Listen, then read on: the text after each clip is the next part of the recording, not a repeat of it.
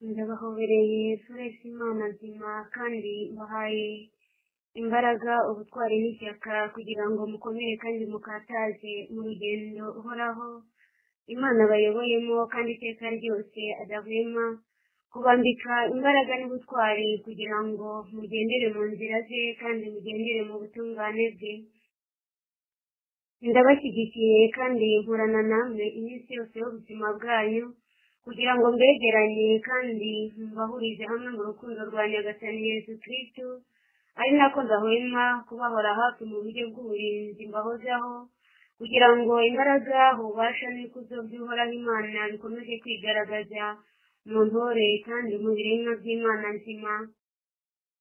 Murahirwa mwebwe mwese mwazigamwe n'uhoraho kandi uhoraho yagiriye amasezerano mu buryo bw'agatangaza mukaba muyakatajemo ntacyo mwikanga kandi n'ibibahinda cyangwa ibibarwanya bikabatera kuva mu masezerano, ahubwo murushaho gukataza mutagamburujwe ibiti byo muhura nabyo mu buzima bwanyu byose, mukamenya uko mubyitwaramo mu bwiyumanganye n'ubwihangane, kuko muzi uwo mukurikiye kandi uwo muhanze amaso ko ari uhoraho Imana nzima. Nimukomere rero ntore z'Imana mukataze mu rugendo, kuko buri wese uri mu rugendo rugana Imana. Igihe nk'iki ari ku rugamba akaba ari igihe cyo gukomera kandi kurushaho kuba maso kugira ngo amayira uhoraho abifuza kugenderamo, kugira ngo mudacika intege, ahubwo iteka ryose muhore mwiyumvamo imbaraga n'iruhuko. Igihe nk'iki ni igihe cy'urugamba, kuko umwanzi ari kugenda ahubera kuri benshi mu bicantege bye, akaba rero ari igihe cyo gushikama ku bemera kugira ngo mukomereye kandi mukataze ntacyo mwikanga, kuko muri kumwe na Kristo Nyagasani. Muri kumwe nawe mu buzima bwanyu, kuko ababereye ingabo ibakingira kandi akaba ababereye byose, iruhuko n'ikiramiro iminsi yose y'ubuzima bwanyu, mukaba rero murinzwe mu mbaraga ze n'ububasha bwe. Nta gishobora kubavogera ngo kibaherane cyangwa nta gishobora kubadukira ngo kibe cyabacamo igikuba, bityo mugitege amatwi. Ubwo mwahuguwe rero n'uhoraho Imana nzima kandi akabamenyesha amatangazo y'iby'iki gihe, mukomere kandi mukataze kandi mukomeze guhanga amaso umusaraba wa Yesu Kristo, kugira ngo muhabwe imbaraga kandi mubashe gutsindirwa mu rugendo rwa buri wese. Intore z'Imana nzima aho muri hose mu isi, mukomere kandi mwitegure kandi mukomeze kubera amaso ubutore bwanyu n'umuhamagaro wanyu, kuko igihe nk'iki umwanzi asumbirije benshi kandi ari kugenda yigaba kuri benshi, abagabaho ibitero kugira ngo abace intege, kuko nyine abona igihe cy'amasezerano yanyu cyegereje, akaba ari kugira ngo agende agamburuza imigambi uhoraho abafitiye, kandi amasezerano y'ibyiza n'ibihembo yabateguriye kuko byenda gushyika mu biganza byanyu. Ntabwo mbatererana nk'umurinzi wanyu kandi nk'umubyeyi wanyu bahora hafi, kuko nabahaweho umugabane ukomeye kugira ngo mbabere umurinzi n'umubyeyi. Mwahora iteka rero niziriwe no kuba muri mu gushaka kw'Imana, mudatana cyangwa ngo mutandukire icyo uhoraho Imana bifuzaho, ahubwo nkanezerezwa nuko muhora iteka muyobowe n'ijambo rye. Ngaho rero nimukomere kandi mundebereho uburyo nagenze, kuko ntigeze nangira umutima igihe mpamagawe na marayika, bityo nkakira kandi nkumva ijwi rye, ijambo rye nkarizirikana kandi nkarisimbura ku mutima, sintatire igihango cy'urukundo mu kurangiza umurimo wanjye mu isi, ndetse no gukurikirana ubuzima bw'umubyeyi Bikira Mariya na Yesu Kristo bahungisha umubisha wabo. Namwe rero niko mbagenzereza, kuko mbahungisha umunsi ku munsi. Igihe umwanzi agabye ibitero nkabahungisha kandi nkababenga bibakingira ku rugamba, kuko nta kijya kinanira kandi ku rugamba mpaganje. Nimukomere rero kandi mukomeze gukataza muw'indahemuka mu masezerano, kuko uhoraho Imana wabagiriye amasezerano yiteguye kuyabasohoreza kandi kuyabuzuriza, kabone n'ubwo byaca mu nzira ziremereye kandi mu nzira zikakaye. Nimuhumure, uwabatoye kandi uwababumbiye hamwe, uwavuganye namwe aracyabakunda kandi abafitiye igishyika. Nkaba rero mburira buri wese uri mu masezerano kuyahamamo, kuko uhoraho Imana bamanuriyeho urumuri rwe kugira ngo rubarasireho, kugira ngo mumurikirwe maze muhorane amatara yaka kugira ngo mubashe kuba umunyu w'isi n'urumuri rw'isi. Mwakiriweho rero kuba abahamya b'ibyiza bya Nyagasani Yezu Kristu, nimukomere mukomeze urugendo mubera abahamya, bityo ibikorwa byanyu byera imbuto kandi imvugo yanyu imvugo y'amahoro, kuko yabuganije iby'ingenzi kandi by'agaciro mu mitima yanyu, kugira ngo mube koko indorerwamo z'abandi mu isi hose. Mukomere kandi mukomeze kuba abatwara rumuri hose, kuko urumuri rwabuganijwe muri mwebwe rutagomba gupfa ubusa cyangwa ngo ruzimate, kuko tutifuza ko icyiza kiri muri mwe umwanzi yakizimiza, ahubwo iteka ryose duhora tugicungiye umutekano, bityo natwe tukifuza ko namwe murushaho kuba maso, kugira ngo ubusabane bwacu namwe burusheho kubateza imbere mu rumuri rw'Imana Data. Ndabakunda ntore z'Imana kandi ndabakunda mbaga y'Imana, mwebwe mwese muri ku isi mutuzwe n'ijambo ry'Imana, mwebwe mwese muri ku isi mufite inyota y'Imana. Horaho Imana harabareba kandi Horaho Imana bateguriye iby'agaciro gakomeye kandi by'ingenzi. Akaba rero ibihe nk'ibi ari ibihe byo kurushaho kongera umuvuduko mu gukunda ijuru kandi mu kuba ho mu gushaka kw'Imana, kuko Uhoraho Imana haje guhana no guhemba kandi yaje kugororera abigomwe kandi bitanze ku mpamvu y'ijambo rye. Ntimukagamburure rero, ahubwo igihe n'iki ni igihe cyo gukomera, kuko igihe amakuba ateye kandi ingorane n'ibigeragezo mu bana b'Imana, ariho hagomba kugaragara ugukomera kandi hakarushaho kugaragara ubwitange bukomeye mu nkunga yanyu itareka isengesho, kugira ngo isengesho ryanyu rirusheho kububakamo imbaraga, kuko isengesho mutuye iryo ari ryo ryose atari mwe rigirira akamaro mwenyine, ahubwo rigirira akamaro n'abandi benshi bari mu isi. Mwakiriweho rero amateka akomeye kandi muhabwa ubuzima mu buryo budasanzwe bw'imibereho mishya, kuko Uhoraho Imana abafitiye gahunda kandi amasezerano akomeye kandi umwanzi adashobora kuvuyanga cyangwa ngo ateshe agaciro bikunde. Abari maso rero nimuze tugende, kuko mbashyigikiye kandi nkaba ndi kumwe namwe mu buryo bw'agatangaza, nkaba ndi kumwe namwe kugira ngo mbashyitse ku masezerano, kuko mfashe buri wese ikiganza. Nimunyemerere rero twifatikanye guheka abo bose baseta ibirenge bagenda bareba hirya no hino, kuko hari abagenda bagamburuzwa n'imbaraga z'umwanzi, igihe bari bakomeye mu kanya gatoya bakadandabirana, aho bose bagwa babyuka. Dukeneye kubasigasira kandi dukeneye kubatwara mu rumuri, kugira ngo umunsi w'Uhoraho kandi isaha y'Uhoraho yagenwe kandi yateguye, kugira ngo azasange bahagaze bari maso kandi batari guhunyiza. Ni igihe rero cyo kubatura aho umwanzi ari kugenda asinziriza agatera kugenda bigura intege, tukababatura kugira ngo tubereke ko igihe nk'iki ari igihe cyo gushikama, gusenga nta buryarya, kugira ngo barusheho kuba maso kandi barusheho kuba abahamya b'ijambo ry'Imana babigiriye mu buzima bwabo, kuko igihe nk'iki atari igihe cy'amagambo gusa, ahubwo ubuzima bw'umukristo nawe ugomba kugaragarira mu bikorwa.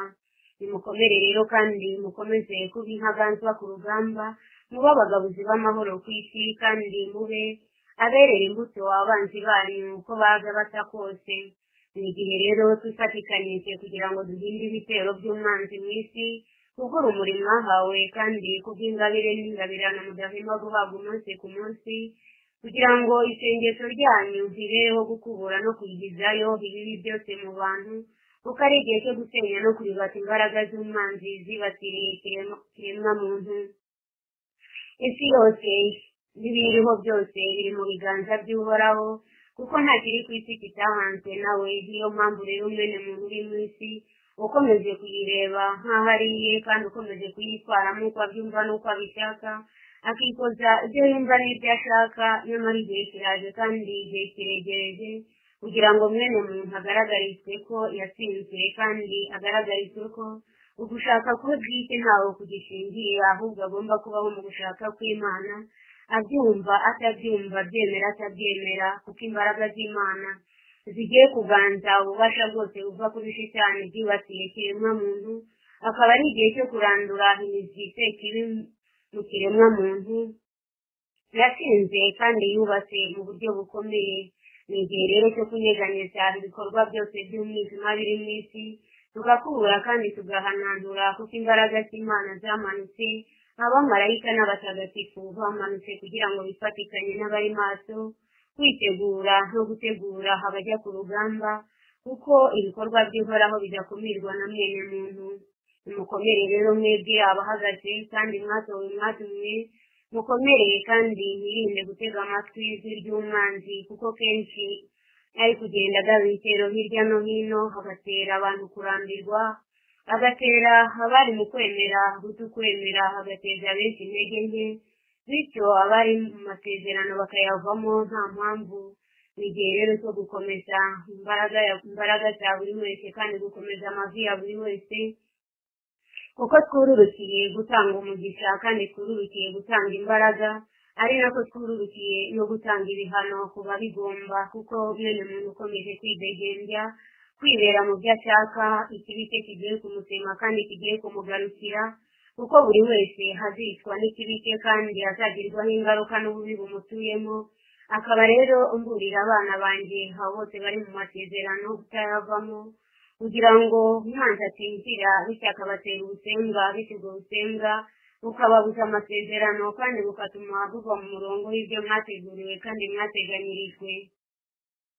Nimusenge ubutareka kandi mwihane muhozeho kuko atari igihe cyo kurangara no kurambirwa, murambike icyiza uwo mudamarare kuko umwanzi aticaye kandi umwanzi ahora ategatega imitego hirya no hino kugira ngo agire abo yibetana kandi agire abo yigarurira. Naho rero gukomera no gukomeza kuba maso kuko tubarinze kandi tubakurutiye mu mbaraga n'ububasha bw'ijuru byose kuko bwamanutse kugira ngo bubane namwe. Nimurangare rero kugira ngo icyo tubaha kandi tubagabira buri kanya buri segonda kugira ngo tutabaca mu myanya y'intoki cyangwa mu kubika ibiganza mukakibura. Twiteguye rero kubahaza ibyiza by'ingoma y'ijuru kugira ngo mubashe guhangana na nyakiri kandi mubashe gutsinda abana b'umwijima kuko muri abana b'urumuri mugomba guhangana n'ab'umwijima mukabatsindisha ijambo ryiza ry'urukundo nk'inabi yabo mukabitura ineza kuko ari igihe cyo gutanga urumuri binyujijwe mu kubabara mubabarira kandi mu kwihanganira byose kandi mu kwakira Yesu Kristo mu buzima bwanyu kandi mu kumuha ikaze ntaho mumukinze kandi ntaho mumuheje kuko ubuzima bwanyu bwose ari ubwe. Muyirekurire muri Uhoraho Imana we wabaremye abagenje kandi abayobore kuko ari we ufite ijambo rya nyuma ku buzima bwa buri wese, ari uwemera n'utemera kuko igihe kije kugira ngo mwibwira yuko atagomba kuyoboka Imana nzima. Uwo wese wihangiye ibigirwamana uri mu isi akaba abaye mu isi mu mudamararo no mu mudabagiro, igihe kikaba kije kugira ngo agaragarizwe ko yibeshye kandi yatinze ku bidafite shinge na rugero. Akaba rero ari igihe kije kugira ngo mwene muntu ahugurwe ubwenge bwe kandi agaragarizwe ibimenyetso n'ibitangaza mu bushukanyi bw'umwanzi yayobotse kandi harimo benshi bamubereye intumwa n'ibikoresho kugira ngo bayokane nawe kandi basiratizwe hamwe nawe. Ni igihe rero abana b'urumuri baje gutazamurirwa amariro mu buryo bukomeye kugira ngo ibibabereye inzitizi bititwaye n'ibihuru n'ibigunda byose bikemurwe bikurwe mu mayira, maze abana b'urumuri kandi abana bizihiye Uhoraho Imana umugenga wa byose batuzwe mu ngoro ye kandi bisanzure mu rumuri rwe rw'agatangaza. Akaba rero ari igihe buri wese agomba gukora uko ashoboye kugira ngo abashe kugera ku mutsindo kuko mukiri ku rugamba kandi ariho rigitangira. Injyana n'umugambi w'Uhoraho ikaba ikomeje mu buzima bwanyu. Baho rero nimwibagirwe kandi mwihariye kugira ngo ingoma y'Imana yegere hose kandi kugira ngo Uhoraho Imana asingirizwe mu buzima bwanyu hakorwa ugushaka kwe muri mwe, ugushaka kwanyu kwibagirwa kandi gusibangana kugira ngo gushaka k'Uhoraho Imana kuganze muri buri kiremwa muntu wese uri ku isi. Isi niyo Uhoraho, kiremwa muntu wese ari mu biganza by'Imana, ntawe ugomba kugenda uko abyumva kuko igihe kije buri wese akayoborwa n'ijambo ry'Imana, ubyemera utabyemera akava mu nzira, bityo uwemeye kugendera ku gushaka kw'Imana n'ijambo ry'Imana akaba ari ushyigikirwa kandi agatuzwa mu isi y'amahoro n'ibyishimo. mukomere rero kandi mukataze, mukomere kandi mukomeze kwitegura ntore z'Imana, kuko ari igihe cy'urugamba kandi urugamba mugomba guhora mukenyereye kandi muhora mufoye inkweto yanyu n'intwaro zanyu kugira ngo mubashe gutsinda umwanzi Shitani wigabije isi kandi wigabije ikiremwa muntu. Igihe nk'iki ari kugenda arasa imigeri akoresha hirya no hino amayeri yose, bityo agakora ibikorwa bitunguranye mu buryo bukomeye ku buryo abo yigaruriye ndetse n'abakoresha mu buryo bw'amayeri igihe kiri kugera byose bigashyirwa ahagaragara, kugira ngo buri wese ushaka kugendana n'uhoraho Imana kandi ushaka gukorera Imana amenye icyerekezo cy'umwanzi kandi amenye icyerekezo uhoraho yifuriza mwene muntu, kugira ngo n'utabasha kubona abone, kuko ari igihe cyo gutahura amayeri yose y'umwanzi aho akorera ahazwi n'atazwi, kugira ngo uyoba amayira abashe kubona ko ayoba, bityo muri mu nzira y'ukuri nawe abashe kuyibona.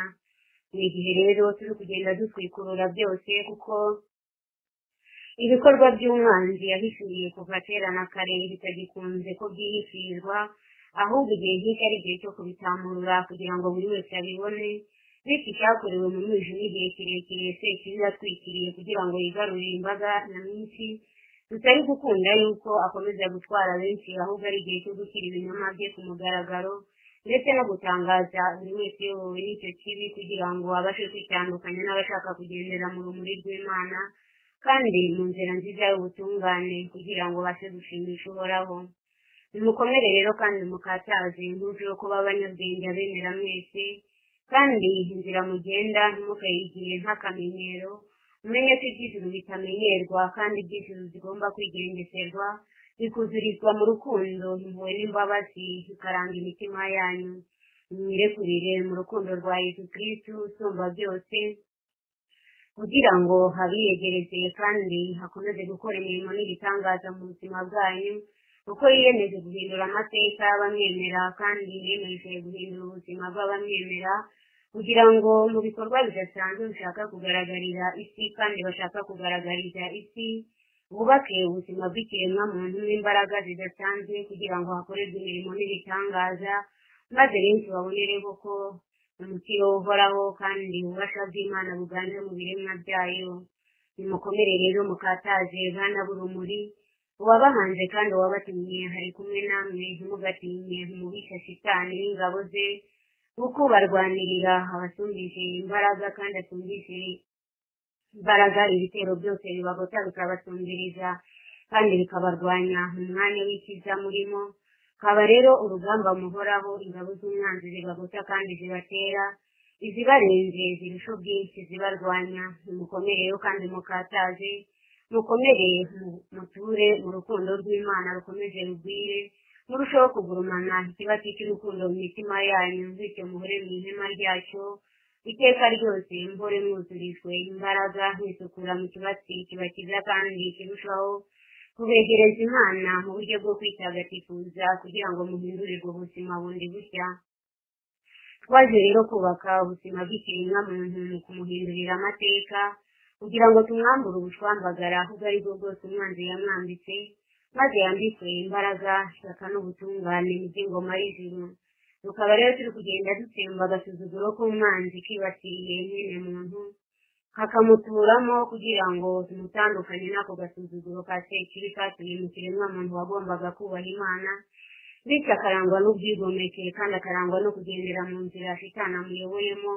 Tukaba rero turi kubaka ubuzima bushya muri mwene muntu bwo guca bugufi imbere y'Imana kandi kuyubaha no kuyisingiza, kugira ngo amateka dushaka kwerekezamo mwene muntu abe amateka mashya nk'uko uhoraho Imana yabigennye kandi yabyifuje kuva kera na kare.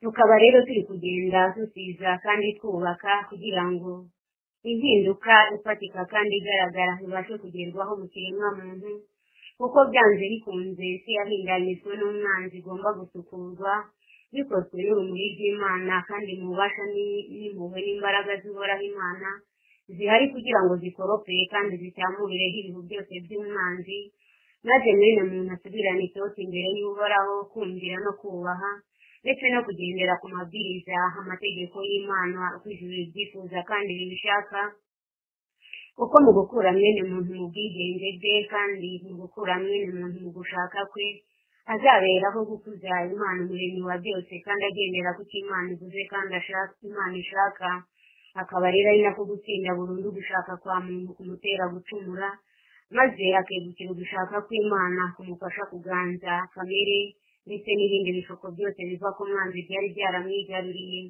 Iyi si rero ikaba igiye guhinduka nshya, na mwene muntu ugomba kuyitura agahinduka mushya, binyujijwe mu gusukurwa kandi binyujijwe mu gutagatifuzwa mu kibatsi gitagatifu gitagatifuza mwene muntu n'isi yose muri rusange, hagasenyagurwa ibikuta byose by'umwanzi biyubatse hagati ya mwene muntu n'Imana, kuko tuje guhindura amateka mu kiremwa muntu kugira ngo mwene muntu asubirane icyizere imbere y'uwamuhanze. Harahirwa rero abemeye gutega amatwi kandi bemeye kugendera mu gushaka kw'Imana, abo bazarokoka, kuko mu buryo bwo gusukura turi kugenda dushyiraho ikimenyetso. Abemera kugendana n'Uhoraho, abo bose banze kumva no kunangira imitima kwabo, ibihano bikomeye bikaba bigenda byururuka kugira ngo habeho gusenyagura imbaraga zose zibakoresha, maze mwene muntu atagatifuzwe roho ye, bityo wemeye kwihana no kwisubiraho n'umubiri we nawe utagatifuzwe, bityo wakereye kuba inkozi y'ibibi kandi adashaka kureka no kurekura, habeho kuyokana n'umubiri we maze roho ye itunganywe kandi yererezwe, kugira ngo ibikorwa by'Imana bikorwe kandi bikurikizwe, kuko ntawe uzitambika imbere y'umugambi w'Imana. Mwene muntu rero yagiriwe urukundo rurenze igipimo, ariko akomeza kurupfusha ubusa. Uhoraho Imana aracyategereje kandi aracyarindiriye impinduka kuri mwene muntu kugira ngo yihane yisubireho, ariko benshi baracyanangiye umutima kubera akamenyero ko kuba mu cyaha, kandi bakumva ko isi bayigize iyabo, ubwenge bafite ari bo ubwabo babwihaye, cyangwa se ubuhanga bafite bakabukoresha uko butakwiriye, bityo bikabatera gusuzugura Imana. Benshi bakavuma Uhoraho Imana ko nta Mana ibaho, ubwabo bigize ibigirwamana mu isi. Igihe rero cy'abo bantu kikaba kije kandi cyegereje kugira ngo babone ububasha buhanitse buri hejuru yabo, bityo babashe gucira bugufi Imana nzima.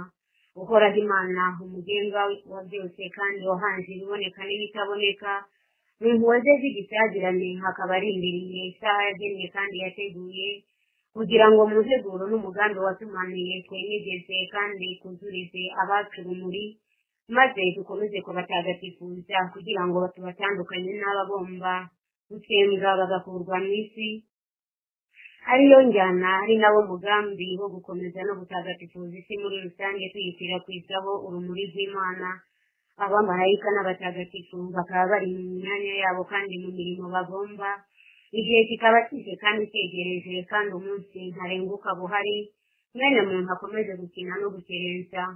Toreza Imana, ntimukarebe ibyo abana b'isi bakora ngo namwe mubyigane, kuko ari igihe cyo kurekura kandi kurutwa buri wese ibi byose bimurimo, binyujijwe mu nzira zikakaye cyangwa se zoroheje. Harahirwa rero ubiyorohera, agakomeza kwitagatifuza kandi agakomeza gushyirwa mu burinzi, nawe akabyemera, agakomeza kuba maso kugira ngo yubahire kandi yubahirize ibwiriza ry'ijuru, kuko icy'ijuru rishaka kandi icyo Uhoraho Imana yifuza muri mwene muntu ni uko buri wese, hari uwaguye ari uwatanye n'uwatandukiye, agaruka mu murongo, bityo abari mu murongo mwiza nabo bakawukomeramo batagamburujwe n'imbaraga z'umwanzi, batarambiwe ngo barambike ibyiza bafite, bityo birukanke inyuma y'ibidafite shinge, ariko abakomeje kunangira imitima yabo bakanga kumva no kwakira, ntabwo bazabura no kwakira ibihano bibateguriwe kandi bibateganyirijwe. Nkaba ndi muri mwe rero nk'umubyeyi bafitiye igishyika, mbaburira abana b'Imana ngo mukomere kandi mukataze, ntimugamburure, kuko igihe kije kandi cyegereje, kugira ngo ibihembo byanyu birambikwe mu biganza. Kwizera Imana ntako bishya, kandi kuba mu gushaka kwayo bikaba ari iby'agaciro gakomeye. Nimukomere rero kandi mwishimire kubaho mu gushaka kw'Imana, kuko ari cyo Imana ibifuzaho. Muzagira amahoro kandi muzanezerwa, kuko twamanutse kugira ngo duhe ubwigenge mwene muntu bwo kumwambururaho imitwaro imigonda ijosi, kuko mwene muntu aberwa no kuryamira mugenzi we. Igihe kiri imbere rero buri wese akazabona ubwisanzure bw'abana b'Imana, kuko ntawe uzaburyamira mugenzi we, ahubwo ari umutari n'umukuru, ari ukomeye n'uworoheje agomba kumva aguwe neza imbere y'Imana, ntawe umuhutaje kandi ntawe umusitaje mu kwemera ndetse no mu kwizera afitiye Uhoraho Imana. Isi rero tukaba twifuza kuyikoreraho byinshi kugira ngo mwene muntu aruhurwe imitwaro yamugonze ijosi, cyane cyane y'icyaha cye, kugira ngo tumutandukanye na nyakiri kandi tumutandukanye n'ingeso mbi zose izo ari zo zose aho ziva zikagera. Mwene muntu Sekibi yagiye amukongezamo gahoro gahoro, bityo isaha ikaba igeze kandi igihe kikaba cyegereje kugira ngo ibyo byose bitwikwe kandi bikongorwe n'urumuri rw'Imana. Nimugire rero kuza kandi mugire gusanga Nyagasani Yezu Kristo wababambiwe, mubigirishije urukundo rwanyu kuko yiteguye kubakira, kuko ari iruhuko ry'abaremerewe kandi akaba yiteguye kurema bundi bushya ubuzima bwanyu kugira ngo mubane mu mahoro no mu byishimo, kuko ari we nzira ngufiya kandi akaba ari we ubageza ku mukiro usendereye. Kuri Data mbifurije ibihe byiza ntore z'Imana, nimukomere mwiyubakemo imbaraga kuko tudahwema kubaronsa imbaraga n'ubutwari bafasha gutsinda. Mutsinde nyakiri kandi mutsinde umwanzi aho yatera aturutse hose, kuko mwahawe amaso mashya yo kumureba mukamumenya kandi mugahabwa imbaraga zo kumurwanya. Mu mitima yanyu hatenderera urukundo kugira ngo rutsinde urwango rwibasiye mwene muntu mw'isi hose. Ubwikunde n'ubwikuze bwatumye mwene muntu yorama mu ngeso mbi zitarondoreka.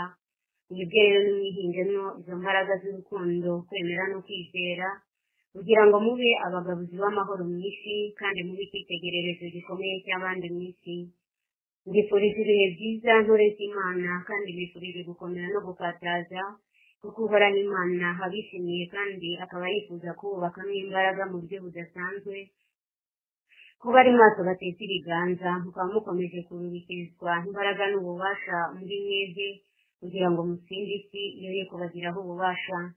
Namugire ibihe byiza ndabakunda kandi basesekajeho urumuri rwanjye kugira ngo murwogemo kandi murwugamemo, kuko nazanywe no kubatagatifuza kugira ngo mbahindire umwanzi kandi mbahe koga muke iteka ryose roho zanyu zihore zitunganye, binyujijwe mu kibatsi gitagatifu gisukura roho zanyu. Bifurije ibihe byiza ntore z'Imana, bifurije kugubwa neza kuko Uhoraho Imana bakunda kandi akaba iteka ryose abateguriye integuro nziza imbere yanyu. Ngaho rero nimukataje kugira ngo mugere ku byiza mwazigamiye kandi mwateganyirijwe, ntimugatsindwe kubera kunanirwa kubera ibigeragezo, ahubwo mushimirize mwambuke kuko muri mu nyanja. Ibihe byiza ndabakunda kandi ndabashyigikiye, nimutere imbere mu rukundo ruzabafasha gutsinda byose kandi ruzabafasha kwihanganira byose, kugira ngo mugere ku ntego y'icyo mwaharaniye kuva kera na kare. Ibihe byiza ndabakunda cyane kandi murana namwe ibihe byose kugira ngo bafashe gutsinda no kurwana urugamba inkundura nk'umubyeyi ubarinda kandi ubatabariza igihe cyose. Ibihe byiza ndabakunda bimutagatifu Yozefu Sharamani namwe, mubaho urukundo rwanjye n'ibyishimo byanjye kugira ngo bibasenderere muri mwe. Amahoro amahoro ndabakunda ntore z'Imana, nimugire ibihe byiza. Amahoro amahoro.